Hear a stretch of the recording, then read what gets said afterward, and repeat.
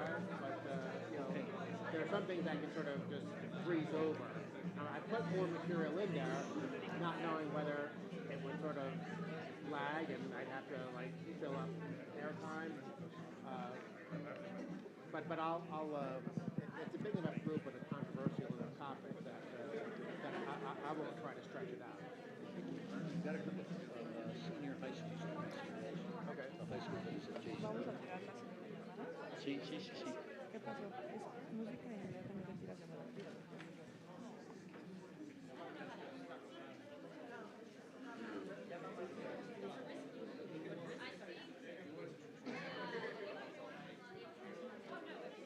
So yeah, it's a good program. The schedule is not up on the website. It's very frustrating. I don't even know. I know I'm in the program, but I don't need to go there. I'm told probably end up moderating the session or something. But they've got some very good people, so I think it'll be successful. And one of the dinners is being planned at the Anthropology Museum. That's going to be very beautiful. I think that's where Milet's going to speak, but don't. I heard it from Milet's people themselves that I have a certain confidence.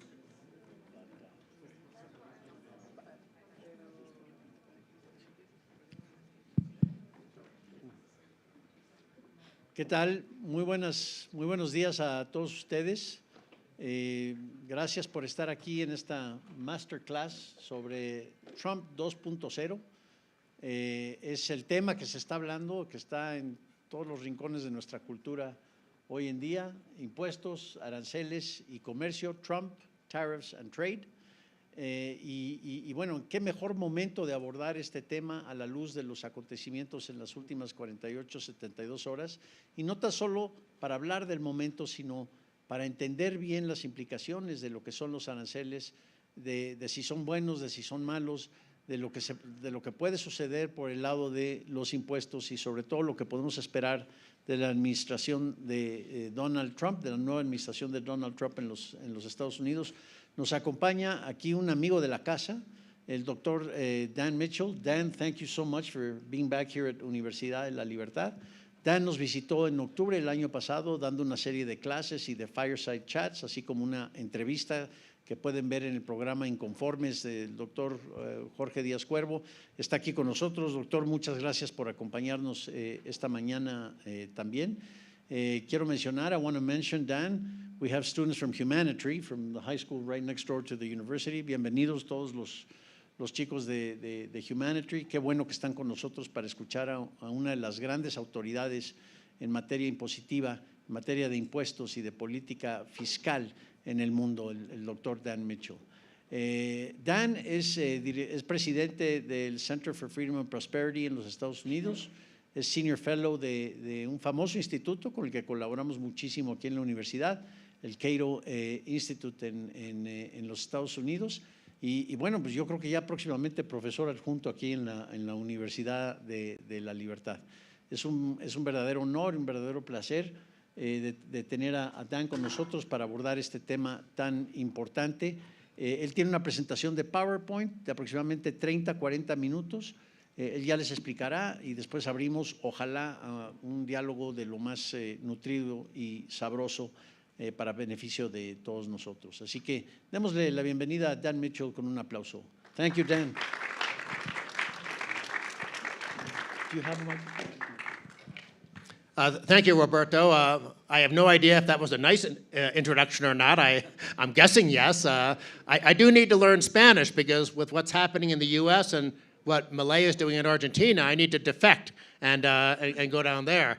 But the topic today, of course, is what is happening in the United States. I sort of feel like I should almost apologize as a resident of the U.S. for what's happening. But instead, I'm going to just be an economist. I'm going to do two things today.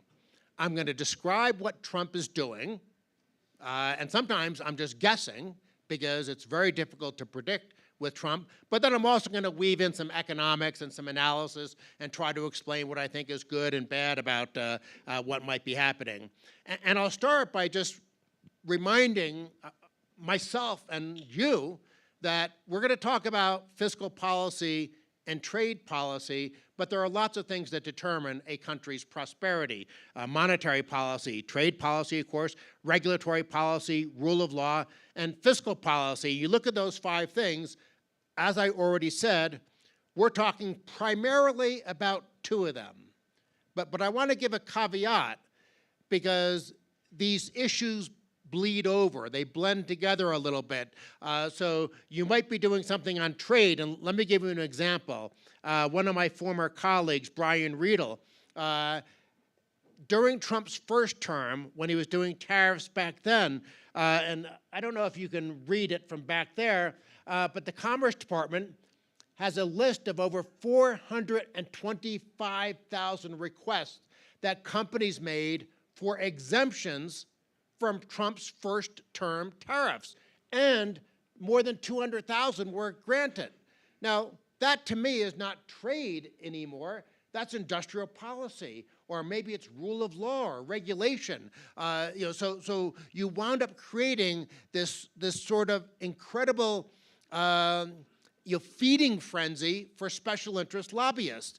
We have a saying in America, you don't put blood in the water when there are hungry sharks around. Well, when you give the lobbyist community and the business community this sort of open invitation that, oh, if you give contributions to the right politicians and you say the right thing, you'll get an exemption. So in other words, if you're importing something from another country, you won't have to pay the 20%, 50%, whatever tariff Trump has imposed on whatever country, you can get an exemption if you have the right lobbyist. So to me, that's almost a rule of law or a regulatory policy, but of course, fundamentally, it's a trade policy.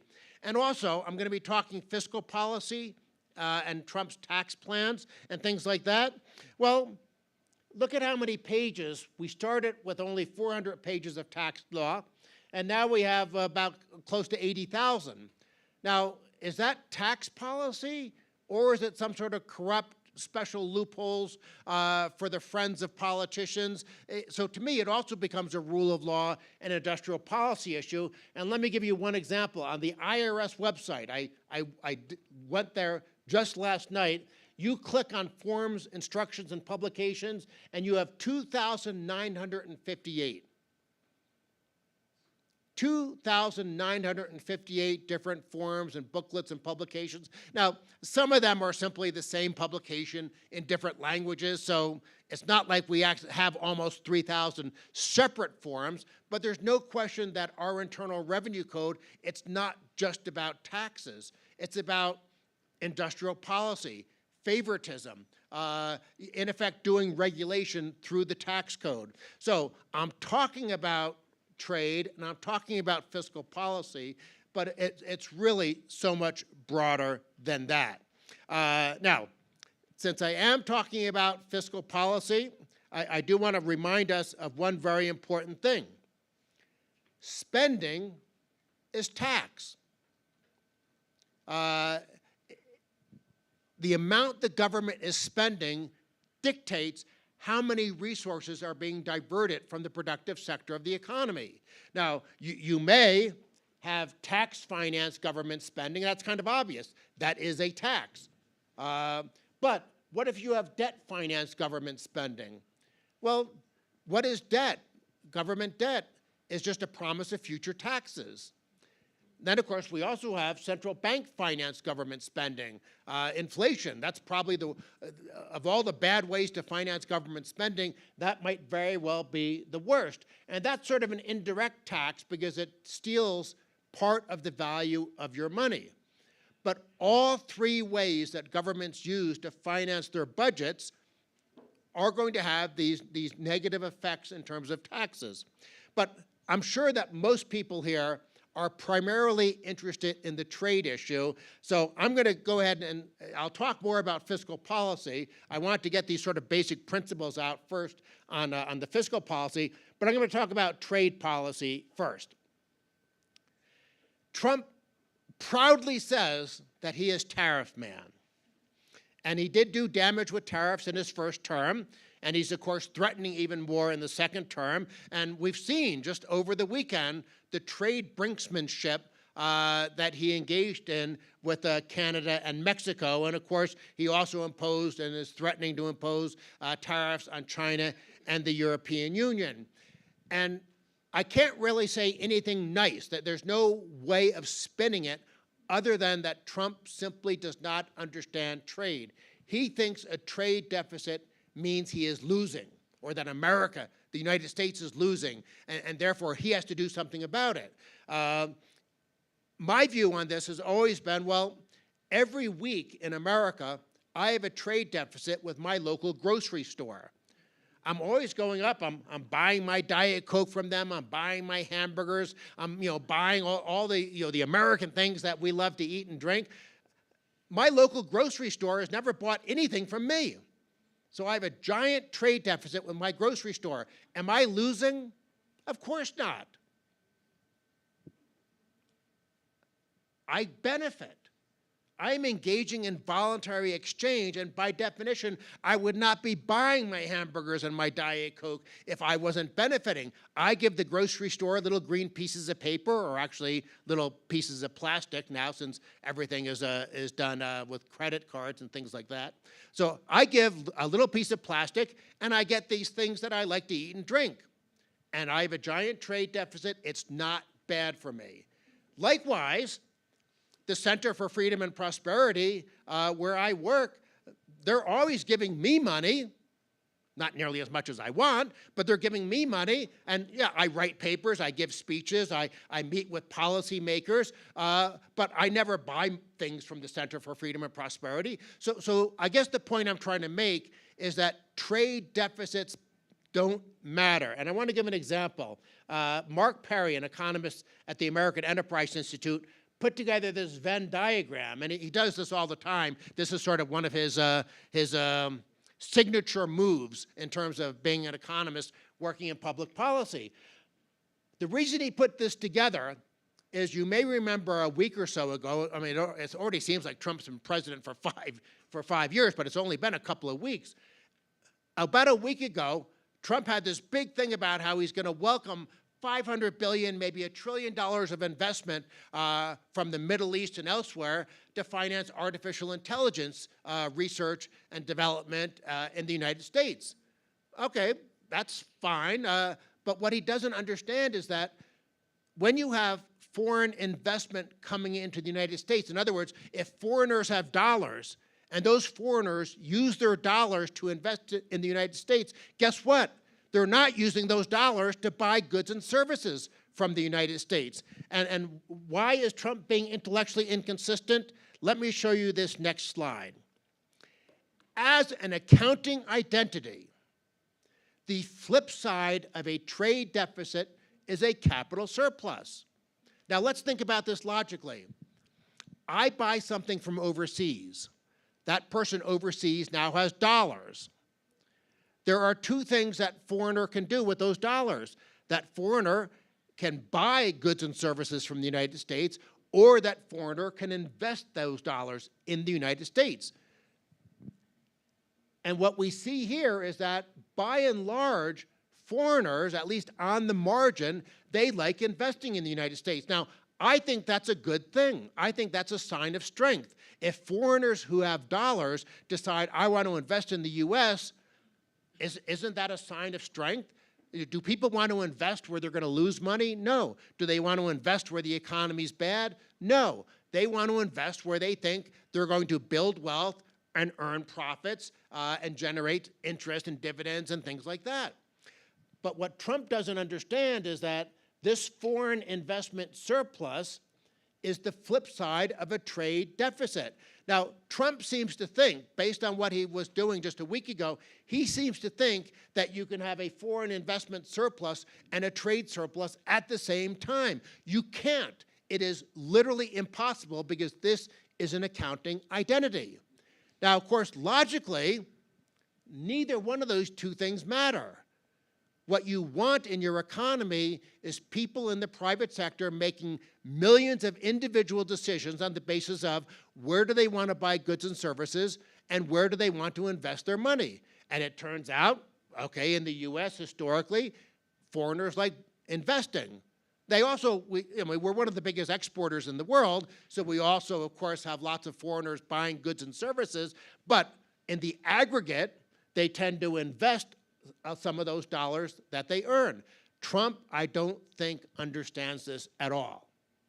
As I said before, I genuinely think that he believes you can have an investment surplus and a trade surplus at the same time. It's utterly impossible.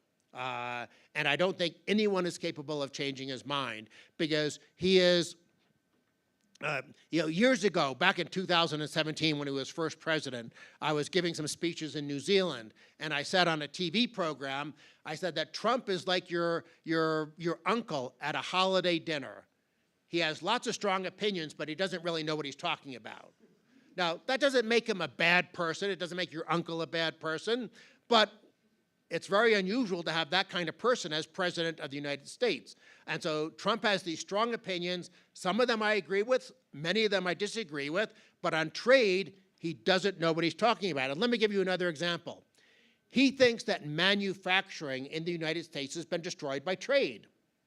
Well, if you look at manufacturing as a share of GDP, it hasn't really changed. This is going all the way back to the end of World War II. Manufacturing as a share of GDP has stayed remarkably constant in the United States. But something has changed dramatically. The number of workers that it takes to produce that manufacturing value has dramatically declined. From more than 30%, because this goes back, of course, during World War II, we had a big spike because we had all these people building tanks and airplanes and things like that. But we used to have manufacturing employment of about 30% of the workforce, and now we're down under 10. Trump blames that on NAFTA and China, but look at when NAFTA and China came in. There was already this long-term decline, not because manufacturing value was being destroyed, but because there were such big increases in manufacturing productivity. The number of workers it takes to produce an automobile is much lower than it used to be, because the technology, the robotics, the equipment is so much more sophisticated and productive today. And that's true across the board for all different types of manufacturing. So Trump thinks NAFTA and China are to blame, but nobody looking at this chart can think that's true. It had no effect on the slope of the curve.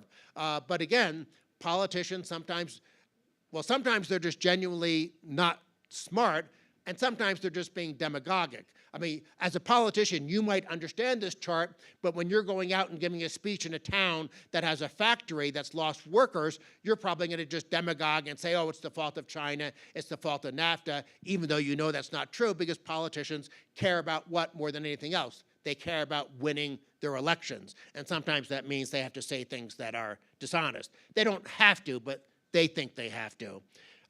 Let me show you some evidence from Trump's first term about the effects of his trade policy. There was a study that was just posted on the New York Federal Reserve Board, literally just about a week ago, and so I pulled out these charts from it. And what it shows, and again, you won't be able to read it, especially from the back, is that the purplish bar is the performance of companies on the days that Trump announced tariffs, and the blue line is on the days that Trump didn't announce tariffs. So you can see that there was a negative effect on investor expectations when Trump announced tariffs. Now, okay, that's investor expectations. So you might think, well, maybe the investors were just being pessimistic because they didn't understand that Trump was playing three-dimensional chess and that really good things were going to happen. And so the economists, the four economists who wrote this study, they then looked at, okay, for these companies that were negatively affected in this first chart, what were the actual results for these companies? And lo and behold, profits went down, employment went down, sales went down, and productivity went down.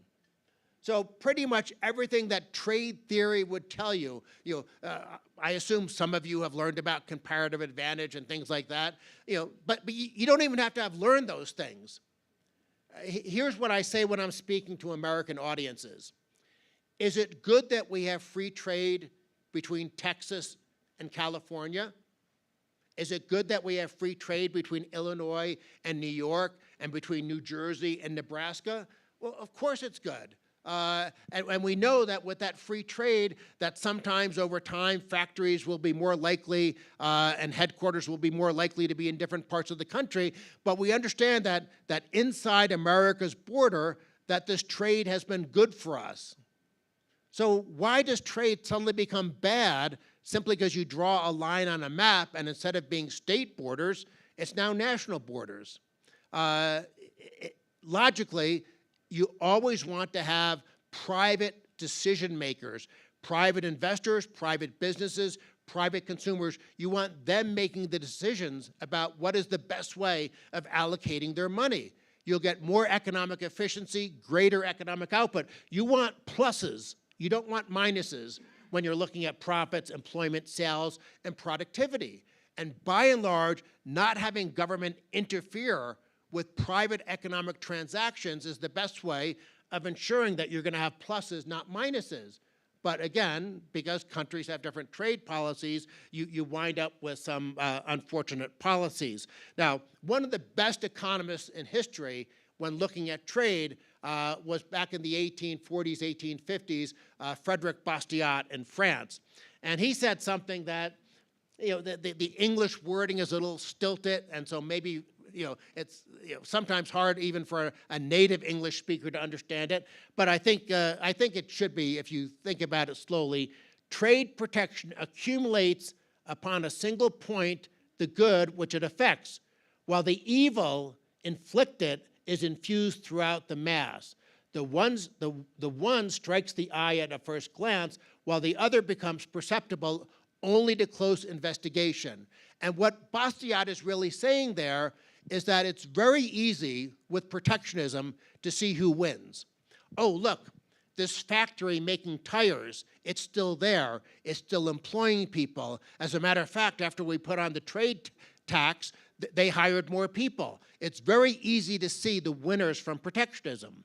What's hard to see, and this is what Bastiat is saying with that difficult quote, well, if tires are more expensive and the tariffs have made the economy less efficient, there are going to be more jobs lost in the overall economy than are gained at the tire factory.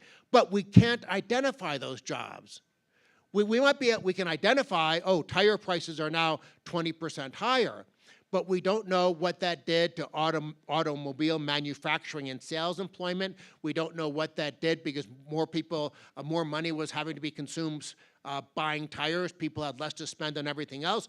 We know there's damage elsewhere in the economy, and we know the aggregate damage is bigger. So in other words, you might get this much benefit in the tire industry, but you'll have this much cost elsewhere in the economy, but it's hard to identify those costs. It's easy to identify, oh, we have 3,000 more people working in that tire factory or something like that. Bastiat has a very famous quote about a good economist is one who sees the seen and the unseen. A bad economist is just the one who sees the obvious thing. Again, what's the obvious thing in this example?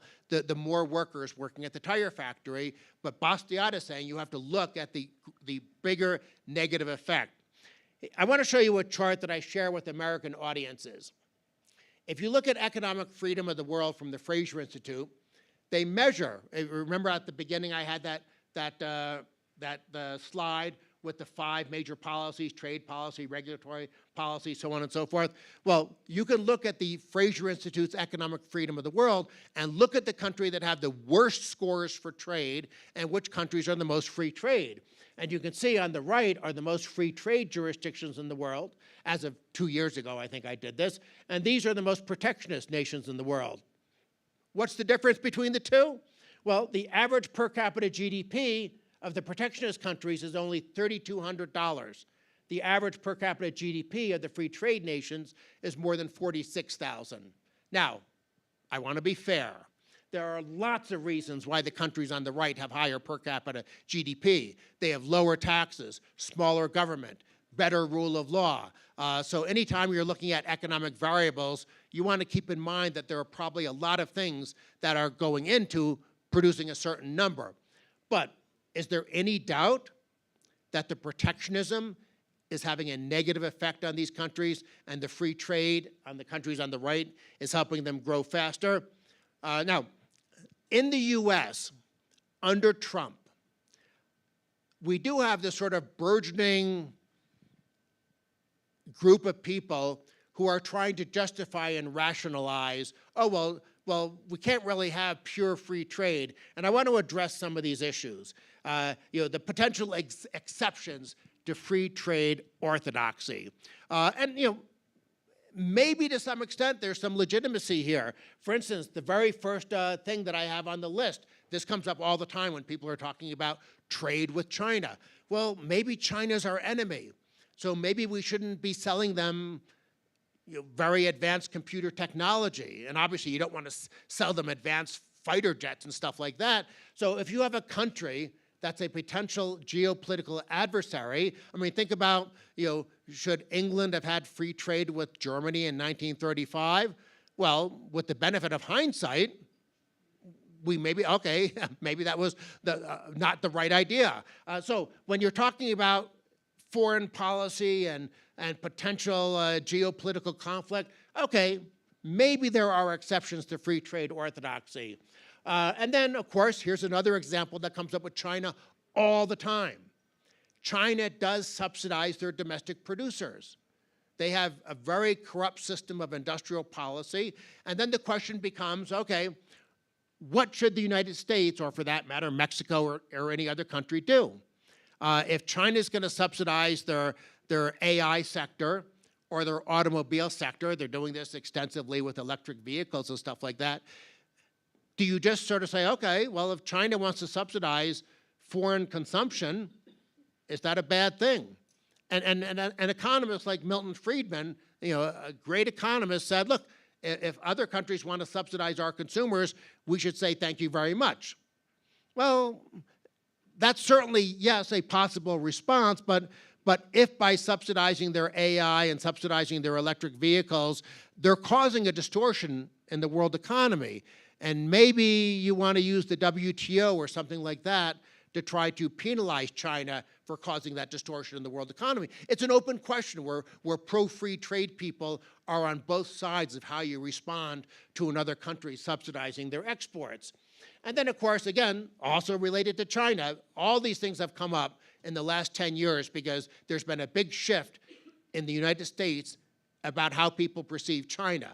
10 years ago, and especially 20 years ago, the idea was China's going to liberalize their economy, they're going to become a normal country, let's encourage them, let's bring them in the WTO, let's give them most favored nation trade status. And now there's a lot more skepticism about China, and so all these arguments come up.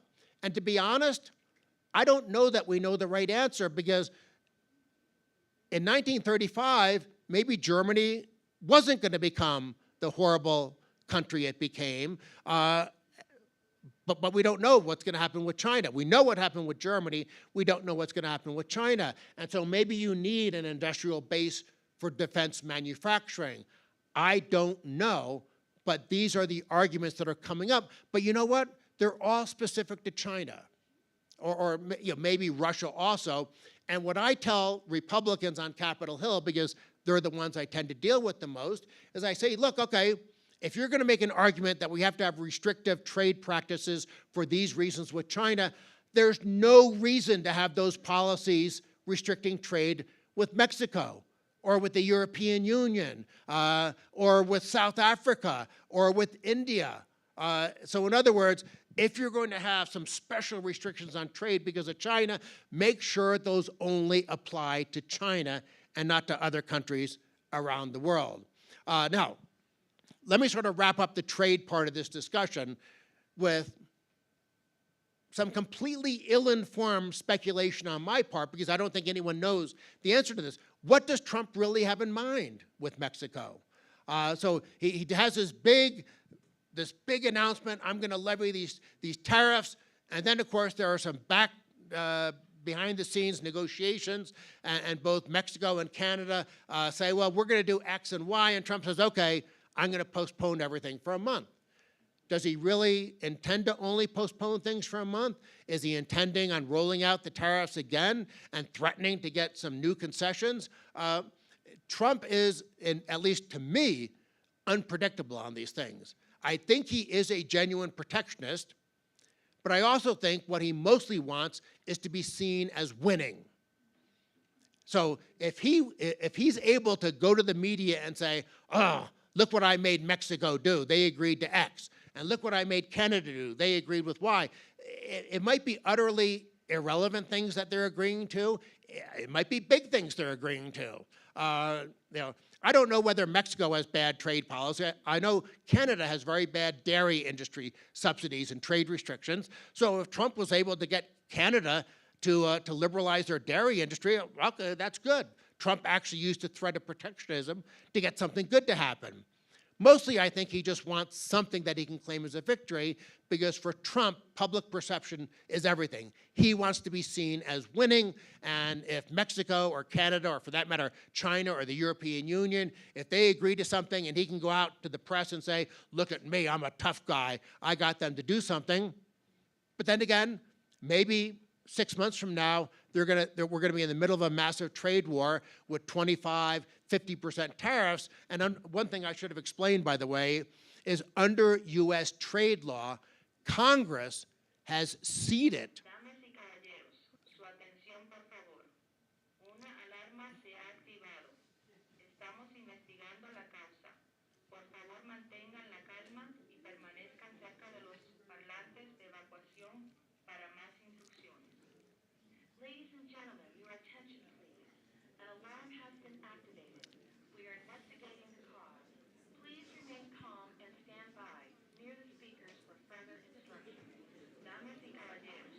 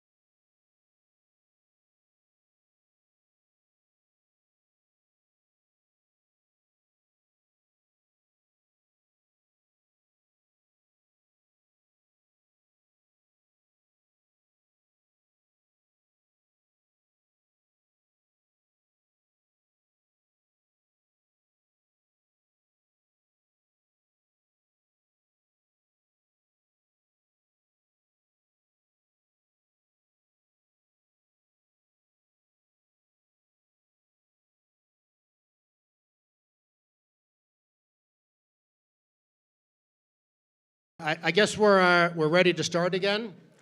Actually, let me put this thing in so the clicker will work.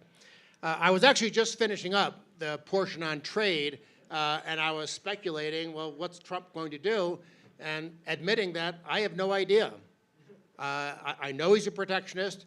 I don't trust that the outcome will be good, but it's possible that as long as he thinks he's winning, that he'll not impose the tariffs and not start a new global trade war. So that's the best case scenario, is that he just causes a lot of uncertainty, which, by the way, in and of itself is a tax on the business community. You don't know whether to expand factories, hire new people. You don't know what your supply chain's going to have to look like. So even what Trump's doing in the best case scenario is bad for global prosperity, but we might get lucky and at least have it limited to that much damage. I now want to talk about Trump's fiscal agenda.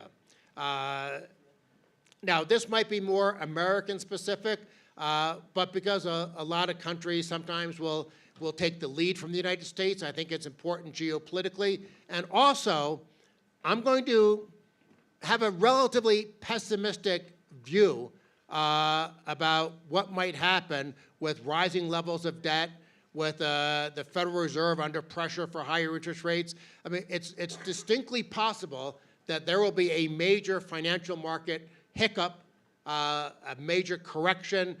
We could be looking at a recession. We could be looking at that then having a contagion effect, and then Italy or France having a fiscal crisis, sort of like Greece 15 years ago. So there are actually international reasons to care a lot about what's happening to the United States. We saw in 2008 our very bad housing subsidies wound up creating this bubble, and when that bubble burst, the rest of the world suffered. So it is worth paying attention to what happens in the United States.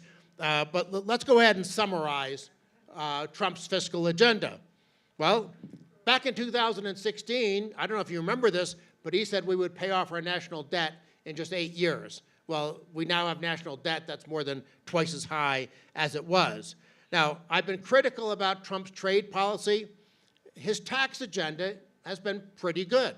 What was the main thing that he did? He reduced the corporate tax rate from 35% to 21%. On the federal level. We have state corporate taxes. So the overall U.S. corporate tax now is probably like 24 to 25%, but it used to be like 38, 39%.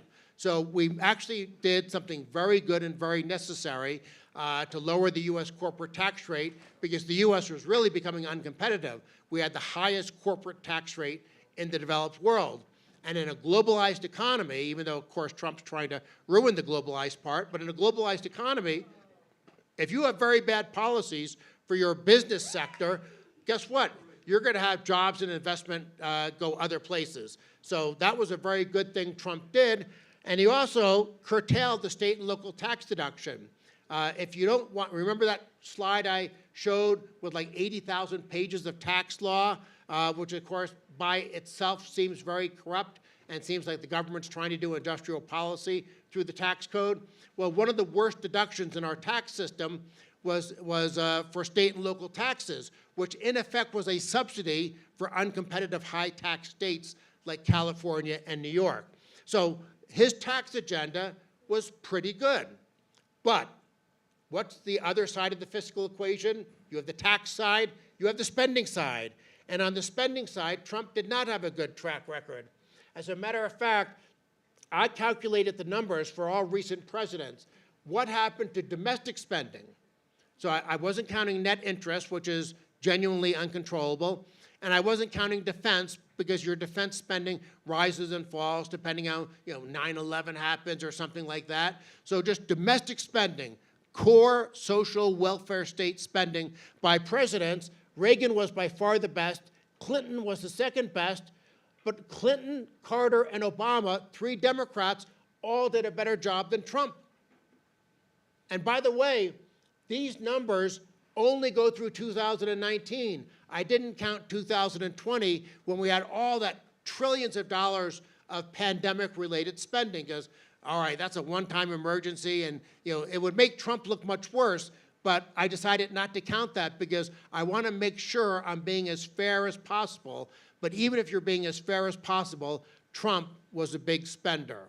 And the burden of government spending as a share of GDP increased under Trump. So a pretty good record on taxes, a not good record on spending.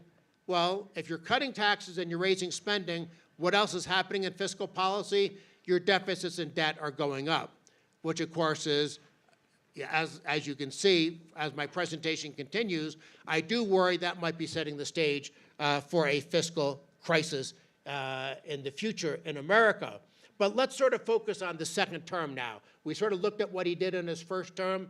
Well, the big agenda is to make permanent or to extend the parts of the tax cut that expire at the end of this year. We have all sorts of complicated budget rules that I won't bore you with, but basically when Trump did his 2017 tax cut, the lower corporate tax rate is a permanent part of law. Most of the other provisions expire at the end of this year. So the first goal that Trump has to have is to extend those or to make them permanent, and in reality, to extend them. However, Trump has also promised more tax cuts. Is he serious about these? Probably not, but 15% corporate tax rate, no taxes on tips, no taxes on overtime, no taxes on overseas Americans, and lots of other things as well. Well, it's sort of a challenge. We have these giant deficits in the US. Trump doesn't want to control spending at all. Are we really going to be able to do all sorts of additional tax cuts? Probably not, but they're there. And so we have to sort of think, okay, what Trump says versus what's realistic. And if we're looking at what's realistic, I definitely think they will extend the 2017 tax cuts, at least the parts that aren't already permanent, like the corporate tax rate. But because we have these $2 trillion deficits that are projected to continue increasing, I don't know that additional tax relief is very likely.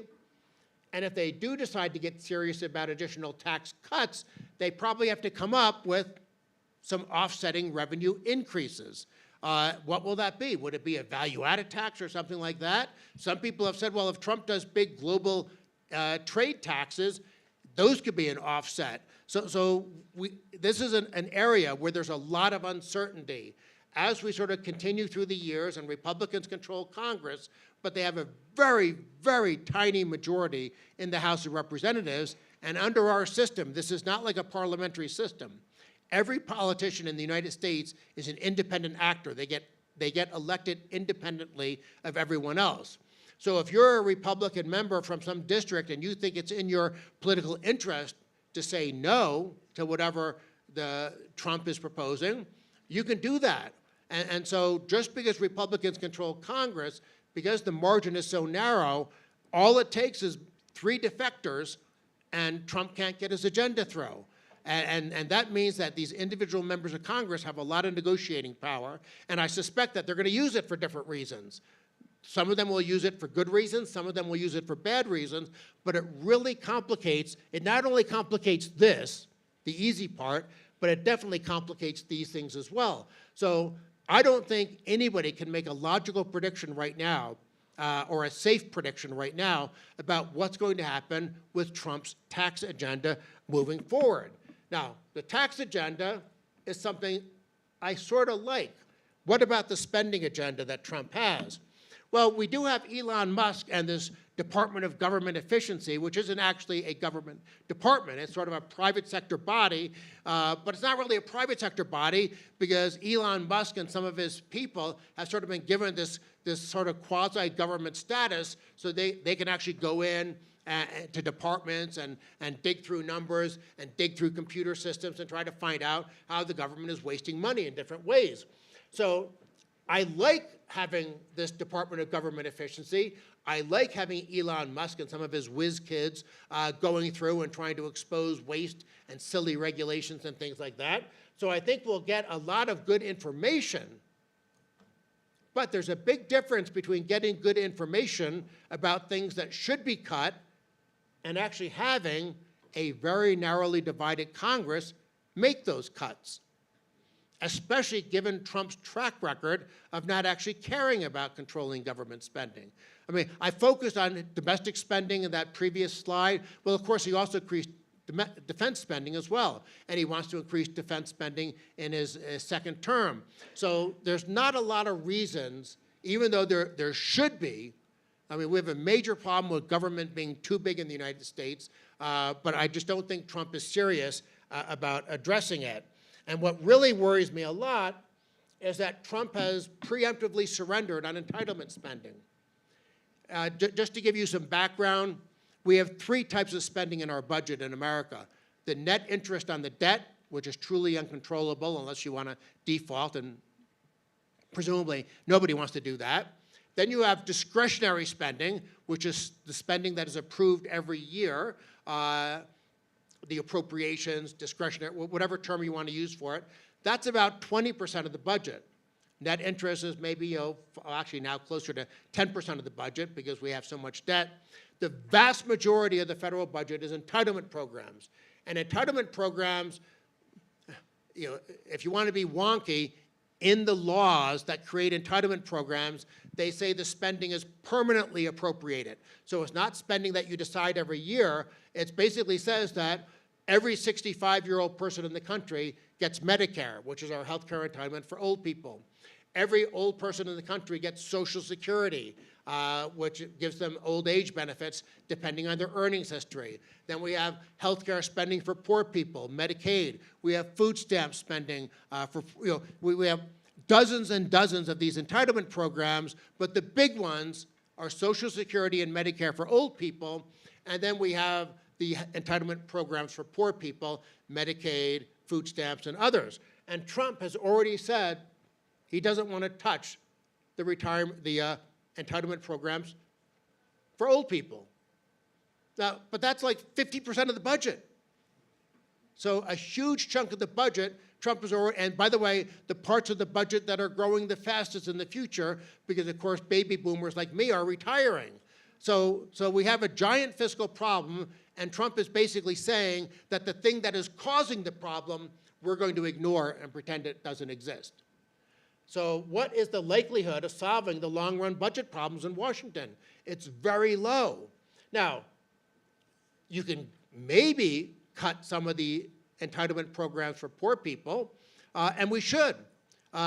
During the Bill Clinton years, we reformed welfare.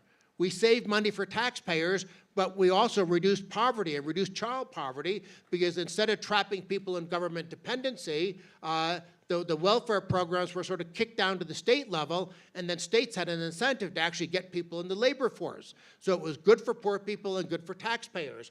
We could do something similar with Medicaid and food stamps. So it's possible that some good things will happen in terms of entitlement programs, but we're definitely not going to solve the big part of the problem because Trump has decided that he's not going to do it. And let me give you a chart that sort of makes this very clear. We have, over the next 30 years, well, this chart's actually a year and a half old now, but as of a year and a half ago, we have a projected $119 trillion 30-year deficits. $119 trillion of deficits over the next 30 years. Guess what? Social Security and Medicare are $116 trillion of deficits over the next 30 years. Those old age entitlements are the reason America is heading toward fiscal trouble. And yet Trump has said, we're not going to solve that. Instead, we're going to focus on the rest of the federal budget, which is, I mean, there's lots of waste. I mean, there are programs that shouldn't exist at all. There are many, many savings that could be achieved by being more fiscally responsible. But it's sort of like, let's say I go to the doctor, and the doctor says, well, Dan, you have a broken toe, and you have lung cancer. And the doctor says, I'm going to fix your broken toe. And doctor, isn't the lung cancer more likely to kill me? Oh, don't worry about that. That's Dr. Trump. Dr. Trump is saying, don't worry about your lung. It's too difficult. Let's not worry about it. But boy, I'm going to give you the best toe ever. It's going to be the art of the deal toe. It's going to be gold-plated. Well, that's what, in effect, Trump is saying on the budget. This is the fiscal problem that is threatening America's long-run economic vitality, and this is the one that we're not going to address. And I'll give you an example. Republicans, of course, are already beginning to try to figure out what they're going to do. This is not, I'm sure, going to be the final Republican budget, but this is one that was released. And this is compared to current law. So in other words, you have a trend line of government, and this is how they want to change that trend line. $2.5 trillion of additional deficits. We have a giant problem with government being too big and too much red ink. Are Republicans going to fix it? No. They're going to make it, the deficit, bigger. Now, part of that is because they're doing $5.5 trillion of tax cuts. I like tax cuts. So, all right, well, I don't really care that much if we have higher deficits because of tax cuts, but wouldn't it be good to match that with some spending savings? Instead of letting government grow 6% a year, let's have it grow 4% a year or 3% a year. Well, what are Republicans going to do? In some areas, new defense spending, Judiciary Committee spending, which is things like border control and stuff like that, Homeland Security spending, again, border control and things like that. But okay, a few tiny spending savings here, including $200 billion, Energy and Commerce Committee, that's Medicaid right there. So that's the healthcare program for poor people. So they are going to sort of, at least right now, they're pretending they're going to do something there. But they also are assuming we're going to reduce the deficit $3 trillion because of the pro-growth impact of tax cuts. Now, I think tax cuts are pro-growth. No question about it. But what is Trump doing? He's basically saying that the tax cuts that are in place now, and that are scheduled to expire in 2025, we're going to extend them. Is that a new tax cut? No, it's simply keeping an existing tax cut in place. It's avoiding a tax increase. Are you going to really get $3 trillion of additional revenue from faster growth simply for keeping in place current tax cuts? I mean, I'm a supply-sider. I'm a believer in the Laffer curve. But I'm also realistic. You can get good economic feedback and revenue feedback from doing big new things to lower the tax burden and get faster economic growth. I don't think you get giant supply-side effects, big revenue feedback, from simply extending current tax policy. So I think these numbers from Republicans indicate two things. One, they're not serious about controlling spending, and two, they're making exaggerated assumptions about supply-side feedback. So what are the future implications of all this? And this is where I'm going to sort of begin to get you worried about, well, what if it's another, not 2008 all over again, because it's not going to be caused by housing subsidies, but what if you're going to have an economic crisis because the world is just filled with so much government debt, and then you have, of course, central banks very irresponsible during the pandemic, creating so much money. So there's no flexibility for central banks to do things because they're overextended. And then you mix into that the potential for a global trade war. I mean, I'm not overly optimistic. I think there is a non-trivial chance that that there's no good outcome. And if America is sort of teetering on the potential edge of a fiscal and economic crisis, what does that mean for countries that are even worse than us, like France and Italy? And I want to remind you what I talked about at the very beginning of my presentation before we had our little break. Tax finance spending hurts growth, debt finance spending hurts growth, and central bank finance spending hurts growth. Because no matter how you finance government spending, you are diverting resources from the productive sector of the economy. The most important thing that has to happen, not only in the United States, but in Western Europe as well, we need to control government spending. But that's not what politicians are doing. They're not doing it in the US, they're not doing it in France, they're not doing it in Italy. I mean, they're probably not doing it in Mexico, though I confess I'm not familiar with those numbers. Now, let me speculate on what it means whether you do tax finance spending or deficit finance spending. I have some Republican friends who say, oh, who cares about the deficit? If we finance spending with taxes, that's going to lower growth. And they're right. You have new tax increases to finance more spending. That's going to punish people for working, saving, and investing. And so your growth rate will be lower. And maybe if you finance your spending with debt, especially when you're borrowing money from overseas, that makes it seem like you're having a party on someone else's money. So maybe your economy is growing faster with debt finance spending, but guess what? This line is what Greece did in the 1990s and 2000s, up until 2009. Then they had a giant correction. So my view is that you get to the same place whether you have debt finance spending or tax finance spending. You might have the illusion of better growth for decades even. Because in this example, I go out to year 31. So I gave a 30-year example, and this is just hypothetical. Maybe the lines are shaped a little bit different. But in my mind, tax finance spending depresses your growth year after year after year after year. Debt finance spending might not depress your growth in year 1, year 2, so on and so forth. But sooner or later, when the world's investors don't trust that you can pay them back because your debt levels have grown so enormous, then all of a sudden you're at risk of a Greek-style collapse. And in Greece, their per capita GDP fell by 25%. Normally, a severe recession is when your per capita GDP drops by 3% or 4% or something like that.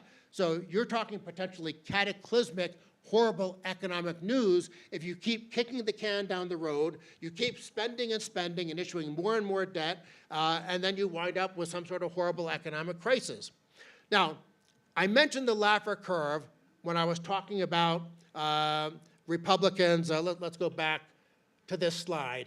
And I said, look, this assumed economic growth from tax cuts of $3 trillion. That's frankly that's make-believe nonsense.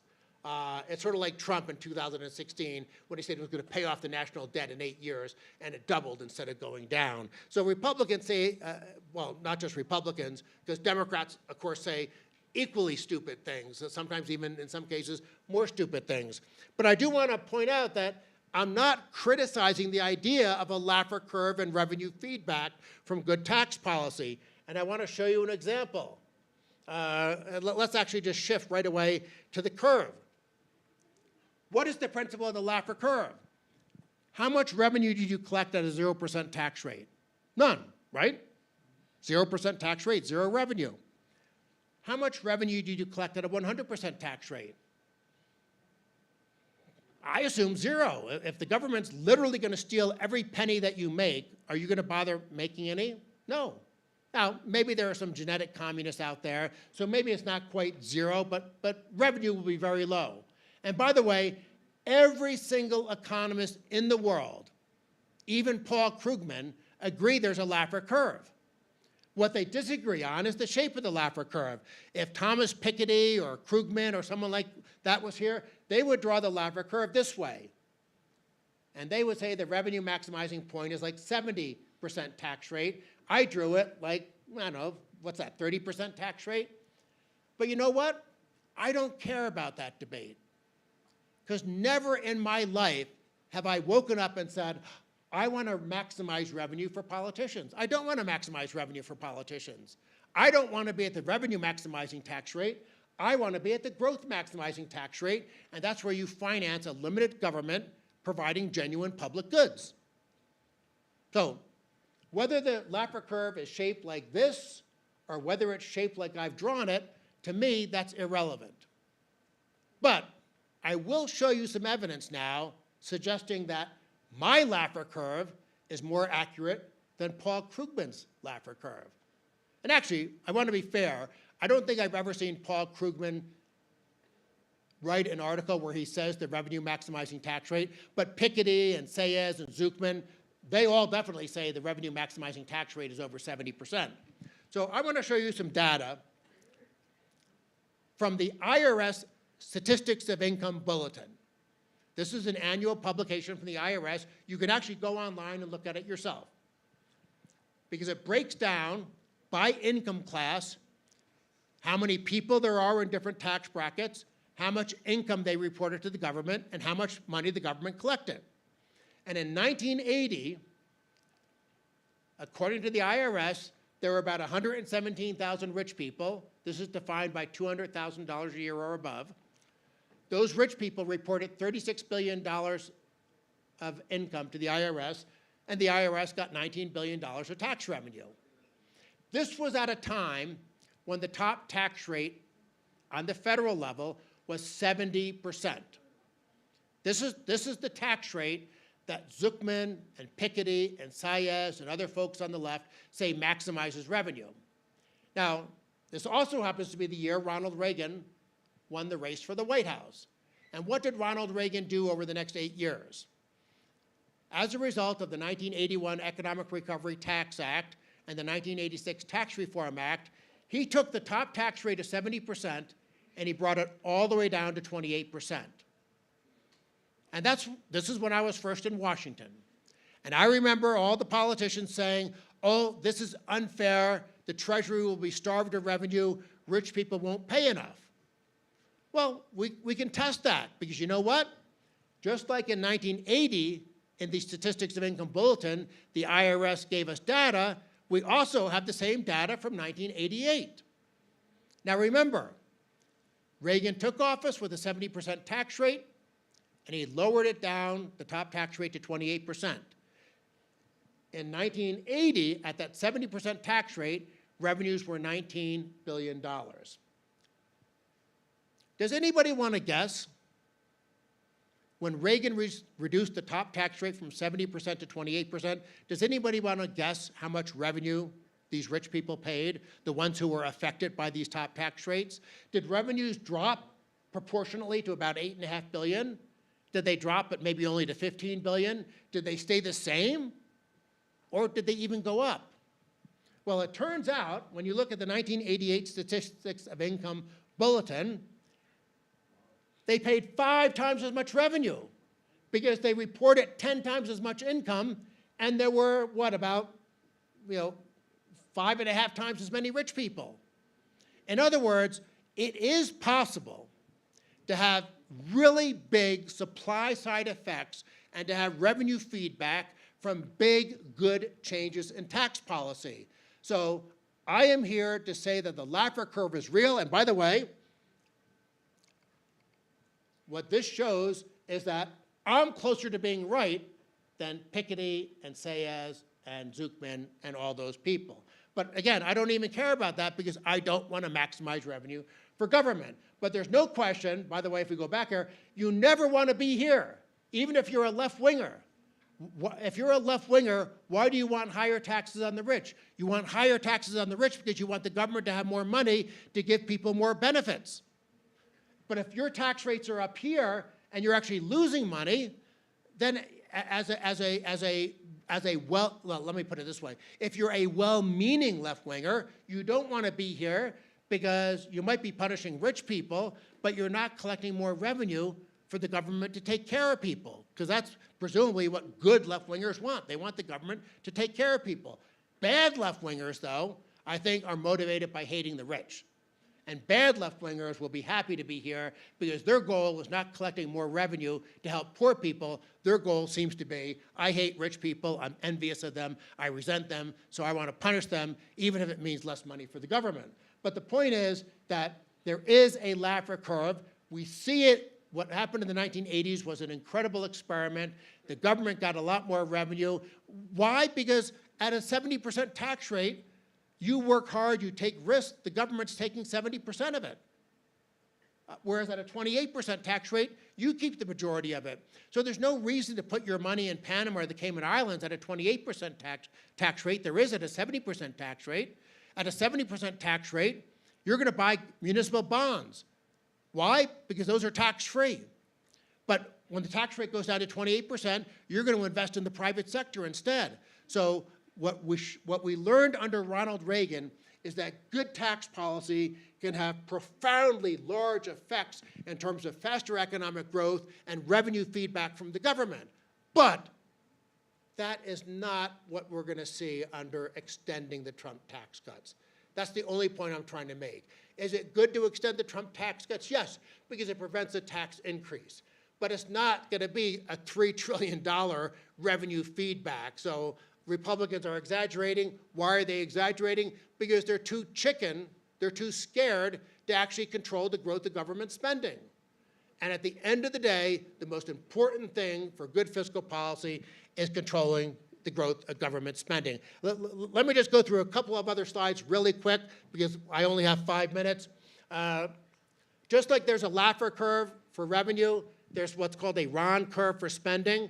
When you're providing core public goods, more government spending is associated with a better economy. But as government gets big and starts overtaxing people and giving them handouts to not work and stuff like that, more government spending is associated with weak economic performance. But I want to get back to this idea. I talked about how lower taxes are good for growth. This will be the last set of slides I show, because I want to leave at least 1 or 2 minutes for Q&A.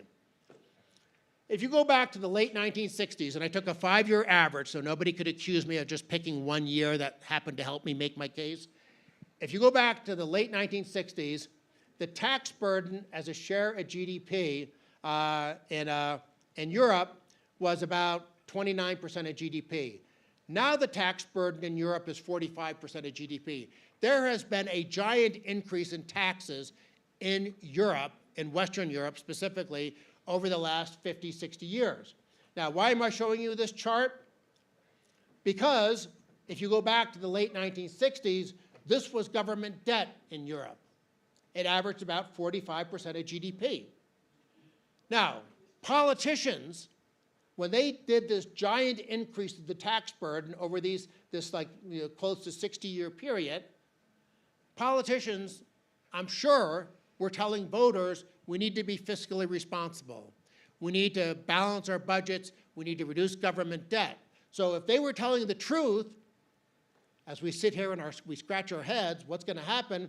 If they were telling the truth, this debt number should have come down. What happened in reality? The debt number skyrocketed. The problem that governments have is they're spending too much. And if you give them more revenue, are they going to lower their spending or increase their spending? They're going to increase their spending. You don't cure an alcoholic by giving him the keys to a liquor store. You don't cure politicians of overspending by increasing the tax burden. So what we need to do is control spending. And this right here, I came up with my 20th theorem of government the other day, and I think it applies. I literally do not know of a single exception to this. But with that, I have a few more slides, but we had our little break, unfortunately, and I want to at least allow maybe 1 or 2 questions before Roberto tells me I have to shut up. So if you have a question, just raise your hand, and I'll be happy to give it a try. Listo, ¿quién se anima?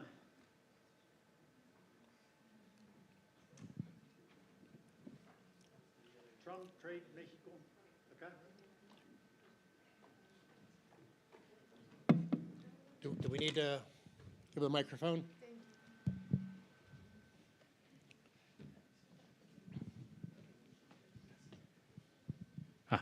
Hi, good afternoon. My question was, what do you think, or what can we think that could happen to the euro, on the future of 10 years, and could the U.S. government include or buy the euro for, I don't know, maybe capitalizing on it or maybe integrating it? Well, I mean, Trump says he wants to make Canada the 51st state. He wants to buy Greenland and take over Panama. He hasn't said so far he wants to take over Europe, because that's sort of like, if Roberto has a business that's losing money, and he says, Dan, you want to buy this business? And I say, well, wait, why would I want to buy a business that's losing money? Well, because you're stupid, Dan, buy it. Well, why would you want to buy Europe when Europe has all these, or incorporate Europe when Europe has these problems? I am very worried, as I sort of already indicated, that we have so much debt and we've had so much easy money and maybe our financial markets are overvalued, and you know, who knows whatever causes a financial correction to happen. I mean, if we all knew when it was going to happen, we wouldn't have the bubble in the first place. But if we have a bubble, and if our debt levels are so high, and all of a sudden people get nervous, that's very bad for the U.S. Well, everything I'm saying about the U.S., multiply by 2, and that applies to some European countries like Italy and France. So maybe a global economic crisis doesn't start with the U.S. Maybe it starts with Italy not being able to pay its debt. Now, so far, the European Central Bank has been sort of subsidizing the southern European nations that have a lot of fiscal problems. Well, at some point, they can't do that anymore, you would think. So I don't know. Will the crisis start in the U.S.? Will the crisis start in Europe? But I am worried because there's just too much irresponsibility by politicians all over the world. And at some point, I'm just afraid something bad will happen. And then the question is, something bad happens, do we fix the problems or do we make them worse? I mean, there are 2 theories. Robert Higgs, has Robert Higgs ever spoken here? Robert Higgs wrote a book, what, Crisis and Leviathan, where he says if there's a crisis, politicians use it as an excuse to make government bigger. So I'm very afraid that might happen. On the other hand, who was it? Naomi Klein wrote Disaster Capitalism. Well, you know, there are folks on the left who are afraid if there's a crisis, politicians might make the economy freer. And there's no question when the Soviet Union collapsed, that did lead to more freedom. So I don't know. Do you roll the dice? If there's a crisis, will that lead to policies I like, or will it lead to policies that Bernie Sanders likes? I don't know the answer to that. I hope that it's Naomi Klein, right? Yeah, I hope she's right, and I hope Robert Higgs is wrong. But Robert Higgs is a very smart guy, so I worry he's right. But who knows? Yes. So right now we know that the tariffs, like, they've stopped for a month, but they're probably going to come back. So it's a really specifically placed incentive that will make that a lot of people in the US will stop buying things from Mexico, or they will buy it at a higher price. So my question is, what do you think will happen with these incentives when it comes to Mexico? Like, where do you think like new markets are going to arise, and also what's going to happen to the US, specifically to the market in the US? Like, yeah, where would it go? I already sort of admitted that I don't know what exactly is going to happen, because it'll be, I guess, instead of February 1st being, it's March 1st now is the next deadline. And is Trump going to impose tariffs then? I mean, here's the only thing I can say for sure. When Trump was in his first term in 2017, he did a lot of saber rattling. He talked about tariffs and protectionism, but he actually didn't do much. In 2018, he went from saber rattling to actual damage. Does that mean he's going to do the same thing? I have no idea. The only thing I will say is that he wants to be perceived as a winner. And so if Trudeau and Sheinbaum manage to come up with something where Trump can go out and say, oh, look what I did, I won, that's great. And if they happen to make changes that are good for Mexico and good for Canada, that would be a win-win. We stop Trump from doing stupid, and you do some good reforms. But I have no idea. I don't know. All I know is that there's now an uncertainty tax on the global economy, and that uncertainty tax is going to make people, businesses in both Mexico and in the U.S., worry about their supply chains. Now, Trump thinks it's good to make people worry about their supply chains because he wants American companies to have all their supply chains in the U.S., even if it makes the U.S. economy less efficient, even if it raises prices for American consumers. But that's just the way he thinks. And I wish I had a better answer. Hi. Yeah, first of all, thank you for being here. And we talk about the trade policies and all the stuff with the tariffs. So what is a good way that emerging economies, or like the markets we are already living in, such as Canada and Mexico, can do to mitigate the possible repercussions that all these policies may mean in the future?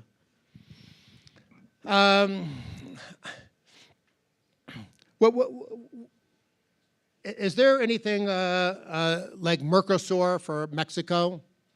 The ideal thing, what should happen in Latin America, is there should be a big, giant free trade pact. Now, Mercosur is sort of like the European Union. It's not really a free trade pact. It's more like a trade barriers to the rest of the world. But if Latin America as a whole said, we're going to have unrestricted free trade based on things like mutual recognition, that would be great. I know Milei, who, by the way, I think Milei is my fantasy president, a guy who actually, I think, is doing great things for the right reason. And so that's why I need to learn Spanish and defect. But Milei has already complained that Mercosur is not actually free trade, just like the European Union as a trade bloc is not really free trade. But so if somehow Latin America did a complete unilateral free trade agreement among its member countries, that would obviously be a very good thing. Is that going to happen? Well, I assume that the odds are very low.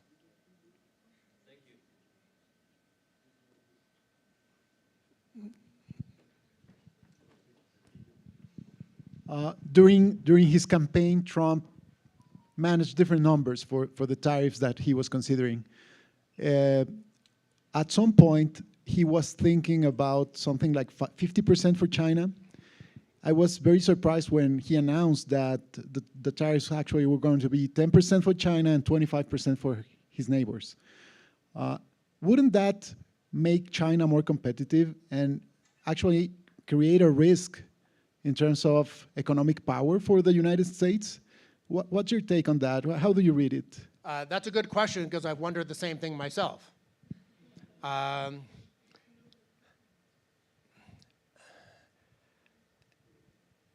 Maybe Trump has some, people say, his supporters say he's playing this three-dimensional chess. I'm very skeptical of that. But I do assume that that's not the last thing we're going to hear about Trump and China. Is he going to spring something on them like 6 months from now, where it's all of a sudden 60% tariffs? He wants to negotiate, and he wants to negotiate everything, and he wants to win every negotiation, so he can be, he wants to be perceived as a winner. I've said that many times, and it doesn't matter. You have to repeat it over and over again, because I think it's the best explanation of what motivates him. So I don't know why China got off easier. I don't know why the European Union so far seems to not be getting any attention. Of course, Trump is telling them they have to increase their defense spending to 5% of GDP. So he is pestering them on some things, and that it wouldn't be a bad idea for them to spend more. So I don't complain about that. But no, something is going to happen with China, I'm sure. I just have no idea what it's going to be, because I would think even Trump understands that Mexico and Canada are more allies than China, but who knows? I mean, a lot of Trump critics say he has a soft spot for dictators. He sucked up to Putin. He sucked up to Xi. He even had his little romance with Rocket Man in North Korea or whatever. So I don't know. If I knew and understood Trump, I would probably be more effective in the U.S., but I don't. Yes, back there someplace. Thank you for being here, and we both have a question. Did Trump's trade policies benefit American workers? Did Trump's trade policies benefit American workers? Well, let me go backwards to this table I shared. The companies that were affected by when Trump announced tariffs, what happened? Employment went down 3.9%. The tax I should have included this chart in my presentation. The Tax Foundation has a model based on what Trump was just threatening, and I think they showed employment going down by 0.4%. And of course, like average taxpayer would have had to pay $1,000 more or something like that. So all the estimates, economists are infamous for disagreeing with each other. You ask 5 economists for a prediction on the economy, you'll get 9 different answers. But there are some things economists agree on. And like 95, 99% of them agree that tariffs hurt the country that imposes the tariffs, because you're making your domestic industry less efficient, you're increasing costs for consumers. By the way, tariffs aren't just affecting consumers negatively. 50% of imports are inputs for domestic manufacturers. So you're hurting your domestic businesses, you're hurting your agricultural sectors. I mean, but again, because Trump fundamentally does not understand trade, he doesn't care. Or maybe it's not even fair to say he doesn't care because he doesn't understand. It's sort of like, you know, if you were to ask me a question about theoretical nuclear physics, the answer is 6. You know, I'd just be making up stuff because I have no clue how that works. I don't think Trump has a clue on how trade works. He just has this historical, long-standing bias where he thinks that trade deficit means America has been losing. And he's said things like that for 40 years or longer. It's just part of his DNA. He doesn't understand, and nobody is ever going to change his mind, I'm afraid. And as a result, we're going to have, for the next 4 years, we're going to have just endless controversy and uncertainty and drama because he's going to be threatening tariffs on anybody and everybody. A very depressing way to sort of close out the presentation, but I think it's realistic. So, apologies from America on behalf of our president.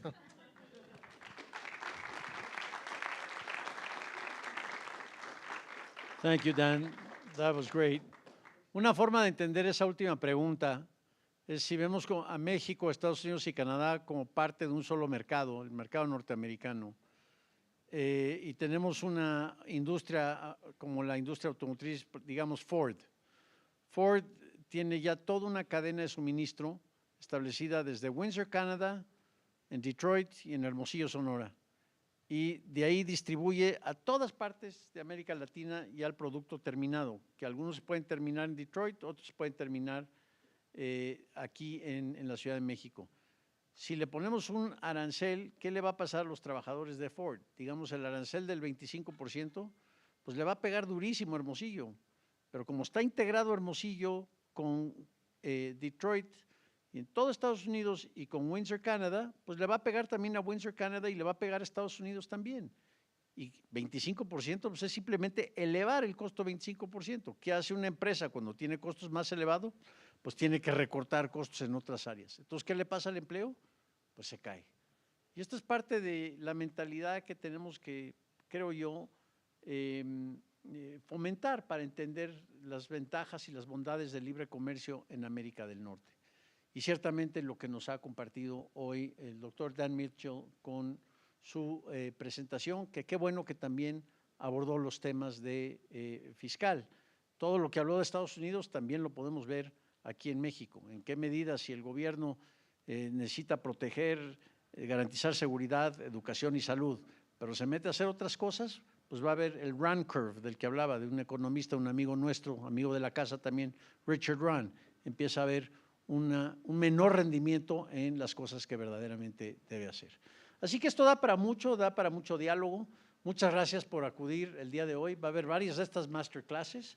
Agradezco, el rector ya no está con nosotros, tuvo que irse a una reunión.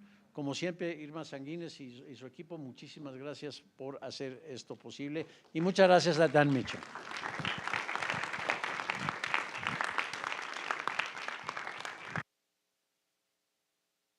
A little gift from you, Dan.